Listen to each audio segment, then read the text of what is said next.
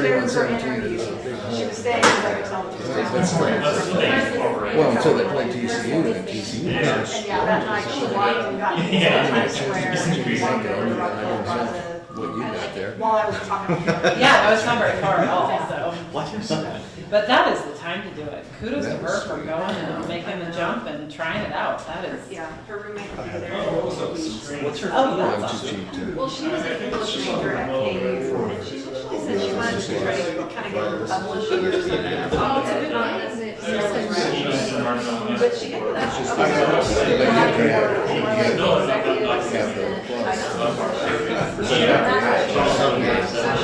she'll basically be doing, it's a, about a small like, that's how I kind of described them. Has less than 20 and about half, about half of them are obviously kind of executives that have been there for a while. I read all their bios on them. Oh, yeah.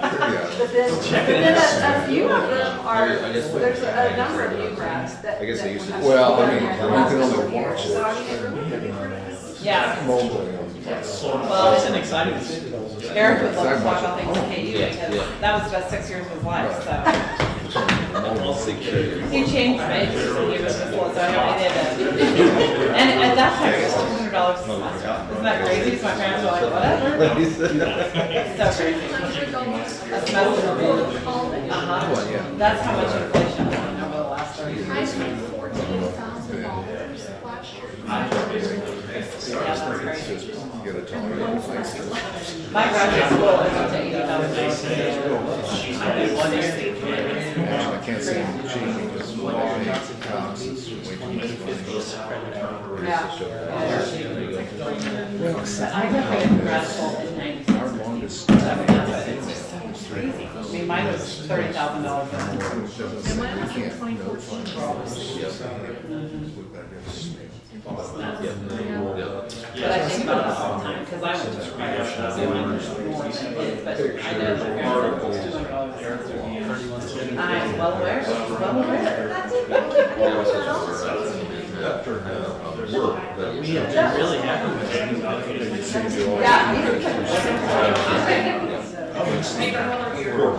Their own thing. Yeah, but that's because we had it. I like them all. I like them Call this meeting to order, City Council, January 17th, 2023, and ask you to please stand for the Pledge of Allegiance. I pledge allegiance to the flag of the United States of America and to the republic for which it stands, one nation, under God, indivisible, with liberty and justice for all. Thank you. Please be seated. We are now ready for item number 3, public input. Is there any public input this No, Mayor. evening? Thank you. Item number 4, are there any amendments to the agenda? there are none. Thank you. And we will now call your attention to item number 5, the mayor's report. And I have 3 items I wanted to just briefly talk about. First of all, you may have seen in the Friday notes, but Moody's Investors Service has upgraded the city of Lindsborg's general obligation unlimited tax bonds from A2 to A1. And that is good news, and it shows that we are using fiscal sound policies. And I commend all of us for that, and our city staff, David, and our administrator, and we'll keep going down that lane. I think that's extremely good news, so thank you, David. Secondly, the mayor's prayer breakfast, which is sponsored by Tackle, the Associated Churches of Lindsborg, is this Thursday at 6:45 a.m. And we appreciate Tackle and all that they do, not only in sponsoring this particular event, but what they do for individuals and families in the community year-round. So that Oh, yes, thank you. The Covenant Church in the multi-purpose room at 6:45 a.m. I was stuck on it at 6:45 a.m. I can imagine. I'm already at work every day, so. Good for you.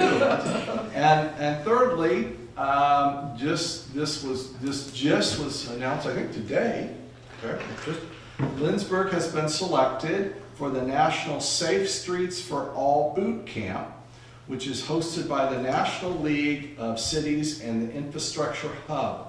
This is a competitive national program that will give us additional tools, insight, and resources to apply for bipartisan infrastructure law grants. This is something that our administrator and staff had put together to apply for this, and that is excellent news that we have been chosen for that. One of the cities that have been chosen. Our Lindsborg team will include Christy and Jordan and David, Marcus, and our Pathways intern Ryan from Bethany College, and myself. So good job, Christy and staff, in getting all that set up and ready to go. So thank you. We will now move to item number 6, the consent agenda. The consent agenda this evening includes 3 items. These items are routine. They'll be enacted by one motion. There will be no separate discussion unless a council member so requests. The 3 items are item A, the approval of the minutes from our January 3rd meeting. Item B, payroll ordinance number 5405, and item C, purchase order ordinance number 506. Is there a motion to approve the consent agenda? So moved. Second. We have a motion and second. Any discussion on the motion? Seeing no discussion, we'll ask our city clerk to call roll, please. Councilmembers Corwin, Yes. Presley, Yes. Bruce, Yes. Smith, Yes. Peterson, Yes. Vanderway. Yes. Gallant. Yes. Motion passes. Thank you, council. We will now move to item number 7. We have several items this evening. For item A is the appointed officers, and annually the officers are appointed with the city council's consent. We appoint a city administrator, city treasurer, fire chief, chief of police, municipal judge, director of public safety, city clerk, city attorney, public works director, and parks and recreation director. And we are able to appoint other officers as may be deemed necessary. The suggested appointments, or the appointments that I am recommending this evening for a 1-year period, effective upon approval by City Council, for City Administrator, Christy Northcutt, City Treasurer, David Hay, Fire Chief, Matt Clark, Chief of Police, Michael Davis, Municipal Judge, Gary Price, Director of Public Safety, Michael Davis, City Clerk, Roxy Shugren, City Attorney, Zachary Strella, Public Works Director, Chris Lindholm, and Recreation Director, Beth Ferguson. Is there any discussion on the proposed appointments? Seeing no discussion, is there a motion? Motion to approve. Second. We have a motion and second. Any discussion on the motion? Seeing no discussion, do we need a roll call on this? You don't. We do not. I guess that's right. All in favor signify by saying aye. Aye. Those opposed, no. Ayes appear to have it. Ayes do have it. Thank you, council. We will now move to item B, and I think can we do B, C, and D all as one, perhaps? Zachary? Yeah, I just want to double check. Yes, you can. Great, thank you. So I'm going to tell you on item B, item C, and item D. For a planning commission, I have appointed Janelle Holtz For the Design Review Board, Matthew Carver and Craig Lofton. And item D, Board of Zoning Appeals, Craig Lofton. And you will notice the word, or the name Craig Lofton. He is going to be, has very generously consented to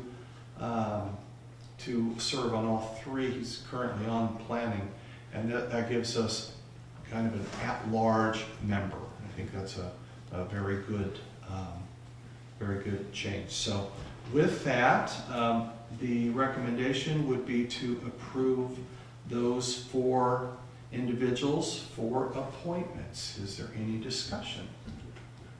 Seeing no discussion, is there a motion? So moved. Second. Motion and second. Questions on the motion? Seeing no questions, we will vote. All in favor signify by saying aye. Aye. Those opposed, no. Ayes appear to have it. Ayes do have it. Thank you. Council, we'll move turn your attention to item number 8, the Planning and Zoning Report. And I'll call on Jordan for that report. Good evening, Mayor. Good evening, Council. The Planning Commission and Design Review Board will meet next Tuesday, January 24th at 6 p.m. here at City Hall in the Council Chambers. What they're going to be reviewing is the first draft of the Downtown Appearance Guidelines.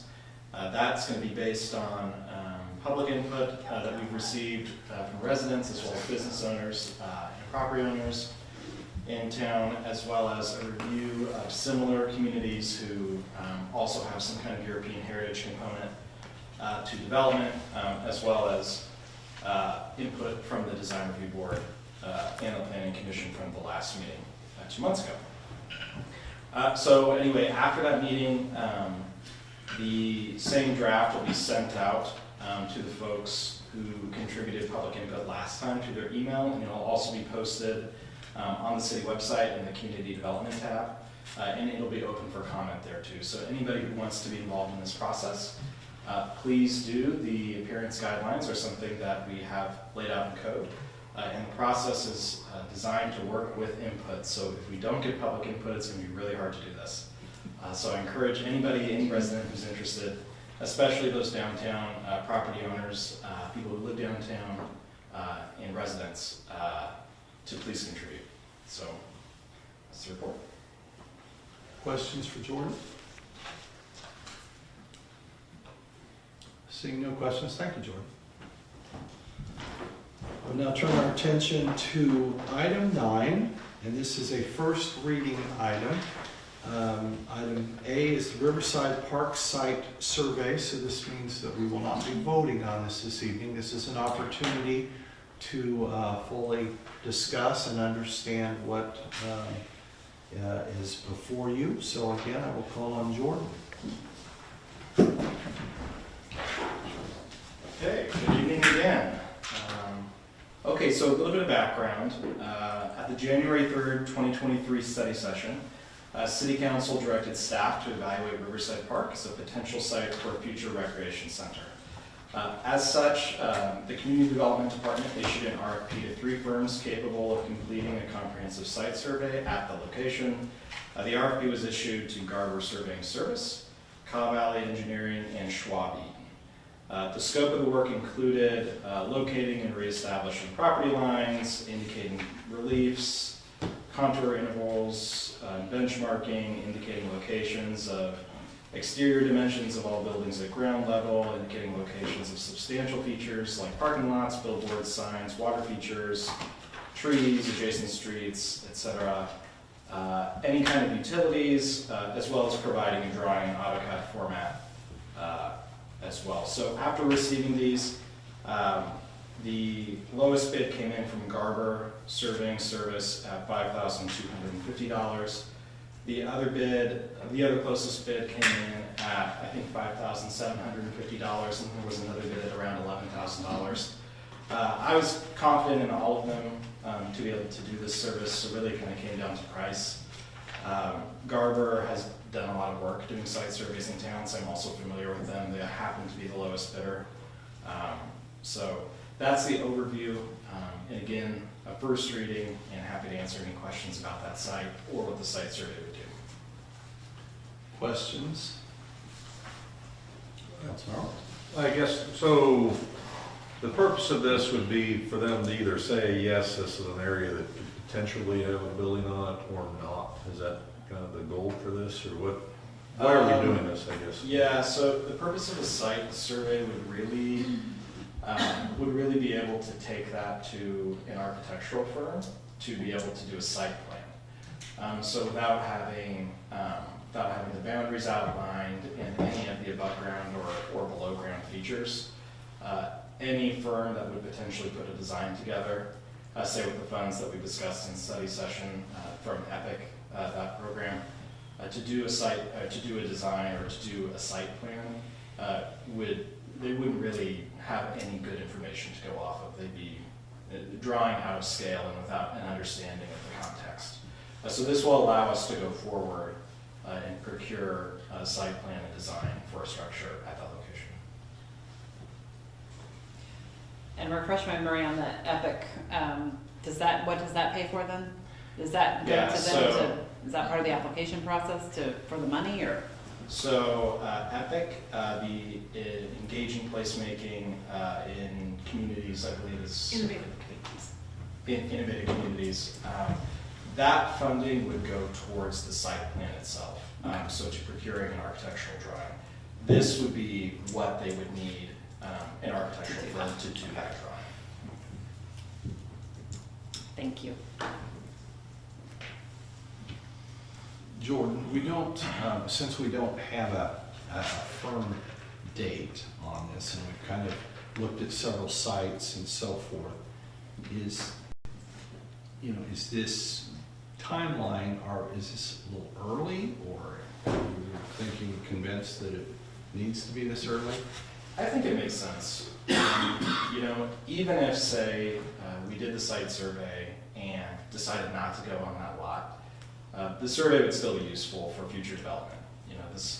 Unless there's substantial changes in, a bunch of new tree plantings or something, that could be updated. But having the boundary lines, having the utilities, having the surface area features all mapped could be good for a park expansion in the future, or, pool work, whatever it is. So I think it makes sense regardless, as well as with the timeline of the release of the EPIC money, which is supposedly what we're hearing is going to be this spring. So yeah, I think having it in place makes sense.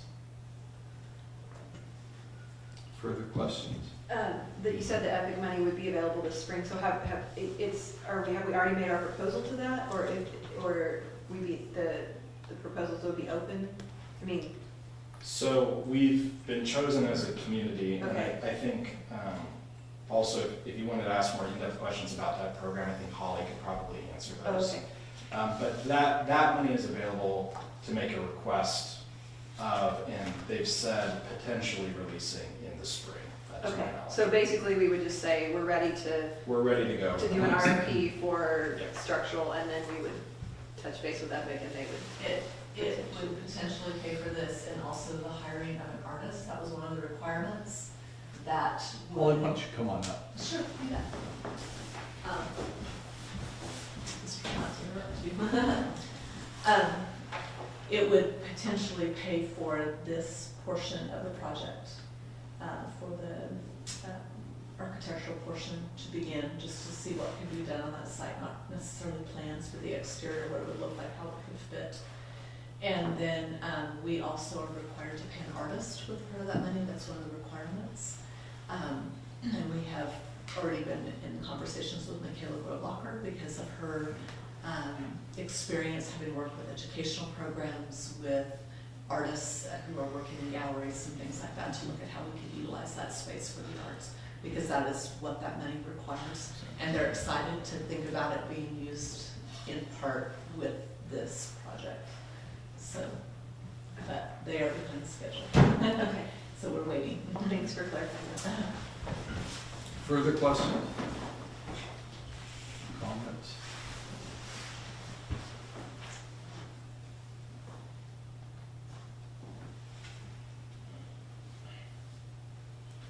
Okay, thank you, Jordan. And again, this is first reading. and we'll be able to think of further questions and as we continue to look at this. So we will now turn your attention to item number 10, old business. Item A, sales tax transfer, which you will recall we actually spoke about in the last meeting. Paul and David. Good evening, Mayor. Good evening, Council. So as Mayor mentioned, this was approved by you guys to do the $100,000 transfer to our equipment reserve fund at the December 19th meeting. The attached document just gives an updated how we will allocate those funds, and then also gives the updated amount because we did not have December as of then. So we ended up with $237,049.14 in the half-cent sales tax. So no action is required because you guys have already approved the transfer. Any questions for David? Thank you, David. Thank you. Now turn your attention to new business, item 11, and item A is the ambulance rebuild, and I'll call on Chief Davis. Welcome, Chief. Good evening, Mayor, Council. It's getting time to start wearing these things. Stride's getting smaller and smaller. So I come before you on a topic that is a little unusual, and I'll try to make it as simple understanding as easy as I can. So our EMS department has 2 ambulances currently. They provide 24/7 service, 365 days a year, not only to the citizens of Lindsborg, but also to our surrounding communities along with co-response areas. They do that so they can operate outside our normal areas and provide a quick response to those locations. The oldest ambulance we have is a 2008 Ford E450 Super Duty truck. The life expectancies will vary on these types of ambulances. Some will change them out as often as 5 years, some will go to 10. A lot of it depends on how an organization treats its ambulance. Ours is going on 15 years. And a lot of it is because the call volume we had, the fact that it was volunteered for so many years, and I think our maintenance records kept the vehicle going and running, operating appropriately. Unfortunately, we're starting to see a lot of issues with the ambulance. We're sending it in more often for repairs, maintenance, and it's getting to the point where we need to start looking forward and getting a new ambulance. McPherson County is providing each ambulance district with ARPA grants up to $175,000 towards an ambulance or any other EMS-related equipment. The city will need to budget for a replacement ambulance in 2024. They'll need to pay for it and then seek reimbursement for the county for the expenditure before the end of 2024. So given the age of the ambulance, the mechanical issues it's been having, the length of time it takes to order, which roughly from the minute we give it the go, it's 14 to 16 months. Along with the shape that what we call the box, which is that back half of the ambulance, the superb shape it's in. After looking at all the options we have, we felt the best option for the best bang would be to take the box off and mount it onto a new chassis. It's not uncommon for EMS and fire service to remount the box if it's in good working order. So using the money allocated by the county and factoring in a cost-effective plan to meet the equipment needs and requests of EMS personnel, along with the strain of continuous service and use, given our geographical conditions, along with our weather and stuff for our rural community, I sought out a bid from prospective vendors to remount our 2008 Osage Type 3 ambulance box onto a new truck chassis. The bids are similar, but there are also some differences. So emergency services supply and North Central emergency vehicles, the only difference there was the price, but for the price they quoted, it comes with the remount and transportation costs of the ambulance. They do provide a loaner ambulance while ours is down, and we're seeking a new Striker load system. Well, the Striker load system is that gurney that you see we use. What it will allow our staff to do is just hook it to the back of the ambulance, and it will actually lift it up, not using any of our EMS personnel to do so. So it's now mechanical. The price for emergency services supply is $171,129.51. And North Central Emergency Vehicles came in, Pinnacle Emergency Vehicle, which was the same one, comes in at $222,476. North Central Emergency Vehicles, theirs includes a remount and transportation costs, but does not provide us with a loaner ambulance or power load system, and that came in at $159,280. So a power load system, as I said, would allow our crews to automatically lift patients regardless up to, I think it's 700 to 800 pounds, into the ambulance without using any people to do it. So I'm seeking a motion to accept a quote of $171,129.51 for an ambulance rebuild for emergency services supply to be budgeted by the city and reimbursed by the county in 2024. And I'm open to any questions. Are there questions for Chief Davis? I have a few. One, we're going from a diesel to a gas. I know I've driven them enough to know that even with that big, nice 1,000 foot-pound torque diesel engine, they're not exactly that fast. And you're going to lose over half of that torque. The gas engines can be 470 foot-pounds instead of over 1,000.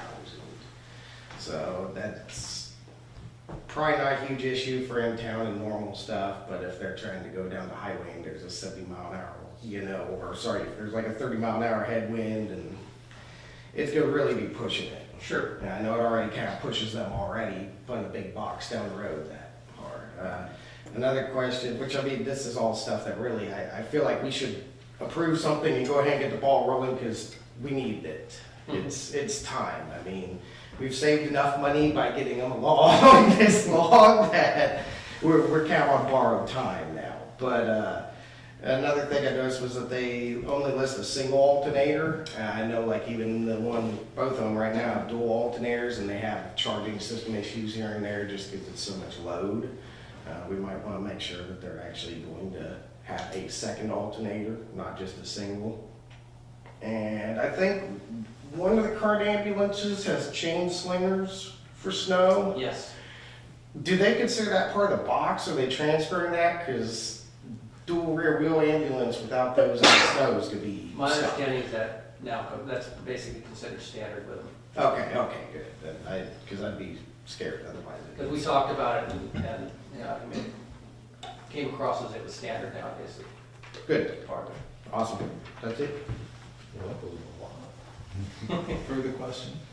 Michael, the only locations were out of state. I think Missouri, Arkansas, and somewhere else. There wasn't anybody in Kansas that does this work. These are I talked to Osage, which is the maker of the ambulance box and stuff. And these are the builders that they recommended that would warranty all the work that they do and had high recommendations for doing the stuff in and around the area.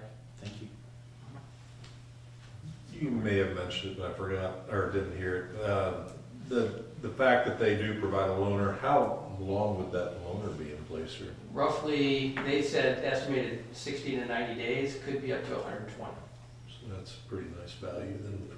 Well, it allows us to have 2 ambulances remain in service instead of just having the 1, which was one of my requirements because I did not want to give up going out of service for any reason. I assume we couldn't go rent one, so you don't have options. We could, it might be a little expensive. Damn price. And honestly, as exorbitant as the price seems, you start going through what they're doing and having priced some medium-duty truck stuff, some of these parts that they're replacing in this are extremely expensive. I mean, they're redoing the whole rear AC system, new inverters, everything. That's probably 5 figures right there, just an AC system and inverter alone, just in parts. So this is, I'm assuming this is going to save $100,000 versus buying a new one. The cost difference if you go up to a new one are $220 to $250 starting, which is beyond the $175,000 we were given by the Okay. Further questions? Maybe one, since you just mentioned it, made me think of one thing. Sorry, I'll be No, quick. okay. Doing this, will the lifespan of this be the same as if we were to buy a new one, or will this be considerably shorter? Well, the lifespan is going to depend on, obviously, it's not so much the miles as it is the hours and how long these vehicles sit and idle. But given the care and maintenance that we've been giving to the ambulance, we should see a similar lifespan on Compared to this. mainly, the issue we're having is not with the box part, but with the chassis and the things that go in it, and that's what we're getting new. Because of your care. Correct. And we did have Osage come out and look at our box, and they said we were a very strong candidate for replacing the box, which is why we went that route. And then you said, like, so we'll order it right away. We'll give them And a then- go-ahead, but we're looking probably summer of next year. Okay. And so, okay. You know, I noticed all of these are quotes for Ford, which Ford seems to be about the cheapest on that, you know, medium duty type truck line and stuff. Out of curiosity, did they even give you an option or even talk about like? They didn't really talk about any other vehicles that would match. And it's consistent with what we've been using for the last 15 to 20 years. Make sure they know which vehicle's gas and diesel so they don't mix them up when they're putting fuel in. That's Yeah. right. That was an expensive bill otherwise. I've been through that. God, no joke. Green cow. Okay, any further questions? Seeing no further questions, council, the recommendation is for a motion to accept a quote of $171,129.51 for an ambulance rebuild from Emergency Services Supply to be budgeted by the city and reimbursed by the county in 2024. Do we have a motion? So moved. Second. We have a motion and second. Is there discussion on the motion? Seeing no discussion, we'll have our city clerk call roll, please. Councilmembers Peterson, Yes. Vanderwijk, Yes. Gallant, Yes. Smith, Yes. Bruce, Yes. Presley, Yes. Corwin. Yes. Motion passes. Thank you, council. We'll now turn our attention to item B, copier's lease agreement, and we'll call on David Hay, our finance manager. All right, so the city leases our copiers, and our lease with our current provider, which is ImageQuest, is up for renewal May of 2023. So we have been in conversation with them for over a year because previously they had asked us if we wanted to renew early, so we did a bid process at that time and it did not make sense, so we continued on. So now we asked for updated bids, and one of the things that is a change is there was just a small desktop copier that was at the police department that was upgraded to a larger machine and will continue to be a larger machine based off their usage. So we requested bids from 3 different companies, ImageQuest, McPherson Business Solutions, and 360 Document Solutions. It's kind of difficult, and so you'll see the 3 bids because there's a lease price and then there's a per copy fee. Now previously we were on just a lease and it included a certain number of copies, but we left so many copies on the table that it just did not make sense for us to go back to that.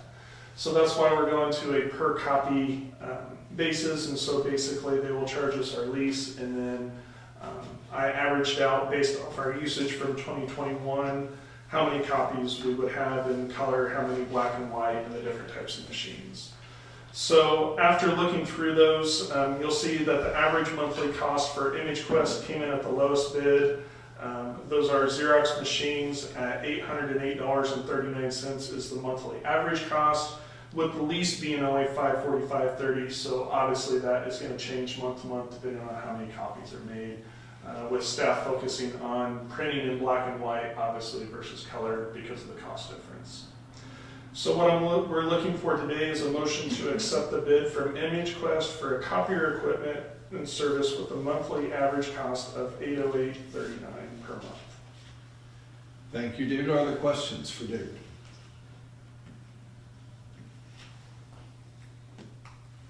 Seeing no questions, thank you, David. Thank you. Council, the recommendation is for a motion to accept the bid from ImageQuest for copier equipment and services with a monthly average cost of $808.39 per month. Is there a motion? Could I make one wonder if we shouldn't reword that to say with an estimated monthly, because it is based on an average and not it's not a quote in the way a lot of the things that we would approve would be. So I just propose that we add with an estimated monthly average cost Okay. to the motion. That's your motion? Yes. With Yes, estimated? that can be my motion. Okay. Second. I can convert that to from a comment to a motion. We have a motion and a second. Is there discussion on the motion? I guess we can do that, right? Yeah, that's completely appropriate. It's Yeah. gives the city some leeway. Yeah. Any further questions on the motion? Seeing no further questions, we will have our city clerk call roll, please. Council members Presley, Yes. Corwin, Yes. Gallant, Yes. Vanderwijk, Yes. Peterson, Yes. Smith, Yes. Bruce. Yes. Motion passes. Thank you, council. We now turn our attention to item C, the Rural Opportunity Zone Resolution 01-2023. We will call on our city administrator, Christy Northcutt. Thank you, Mayor.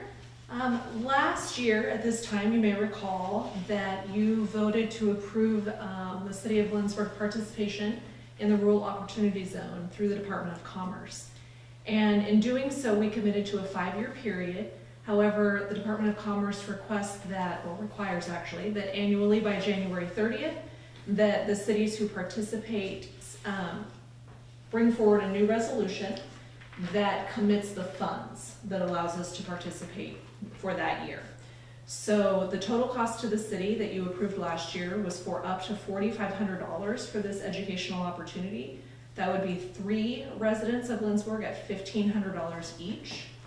And then in your package, you have information about how someone would go about applying to receive those funds and the actual application process. And I can report that last year we received 1 application for the Rural Opportunity Zone, and it resulted in the relocation of a resident to Lindsborg who also opened a small business. So, and they also have a school-age child. So that $1,500 that we committed resulted in someone buying a home and opening a business. So it was very impactful, even just at 1 resident. So before you this evening is all the information as well as the resolution that we would send to the Department of Commerce.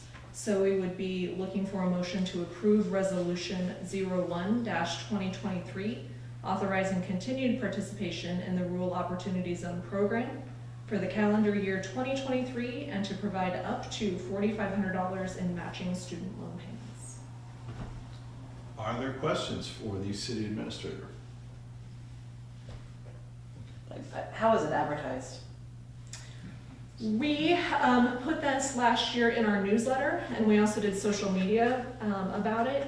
And then on the Department of Commerce website, there is a map that shows all of the participating counties and cities. So I haven't actually talked to the person that applied to it, but I would assume that if they weren't looking directly at our city for someplace to relocate and they were looking at the Department of Commerce map, they could see which cities were participating, and then from there it gives the information, the direct link, and all of that information, so in the application process. So Commerce does some of the advertising and promotion of it as well as the cities themselves.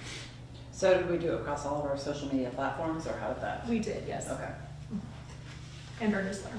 So I can't remember where we are with some of our targeted advertising at relocation, but will we do a fresh round Yes. of that then? I mean, and to capitalize on maybe some more of that stuff that we cultivated? Yes. Yeah, okay.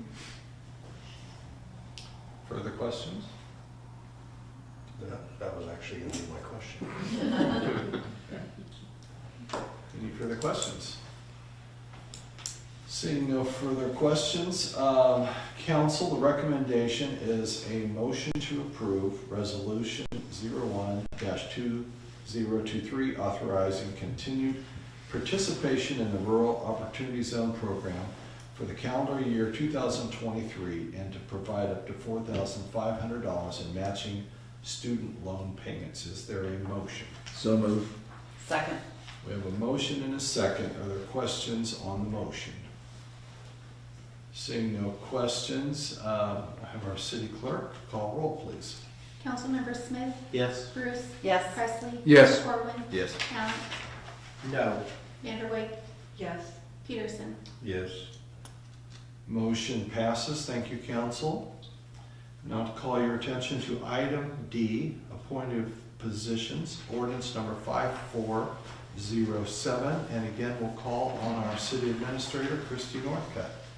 Thank you. The mayor and I drew straws, and I got this one. So, as you will recall, earlier in the meeting, you did some appointed positions. So this is kind of along those same lines. Annually, in accordance with city code, the mayor, with city council's consent, appoints the city administrator, city treasurer, fire chief, chief of police, municipal judge, director of public safety, city clerk, city attorney, public works director, and parks and recreation director, as you did just a few minutes ago. City code states that these appointments should take place at the first regular meeting of the governing body in May. You'll note that it's not May. Currently, the city's appointed positions process is not in line with city code, and that the mayor has been appointing these positions at the first regular meeting in February rather than May since 2018. Historically, local elections were held in April, and therefore appointments were made the next month. When the local elections moved to November to align with state and federal elections, this change was not reflected in city code, although in practice itself it did change. Therefore, ordinance 5407 would change the date that the mayor appoints these candidates to positions from May to January of each year to align with the regular election cycle, as aforementioned, as well as the practice of most municipalities, and would line it up with what you did earlier this evening. Those are one-year appointments, so we would now be in line with the cycle. So the recommendation would be a motion to accept ordinance 5407, amending city code to reflect that the mayor appoints officers in January of each year. Are there questions for the city administrator? So if we don't vote for this, are we out of compliance because we already did it? Well, no, because we did it at the second meeting of January, and the ordinance would be the first meeting of January. So our appointments that you made earlier this evening would take us through, and then we would realign January of next year. So technically, we've done a little bit out of. No more side than Before, yeah, right. Basically, I think Yeah, is the what way we, to say it. exactly. What we will do, if this council didn't want to do this, what we will do in May, I will come back and we'll make appointments again so that we start following the code from May to May. So that would be our next step. We just think it's probably. If someone had serious issue with this, I would question why. So, of all the things we vote on, this doesn't seem like a big one.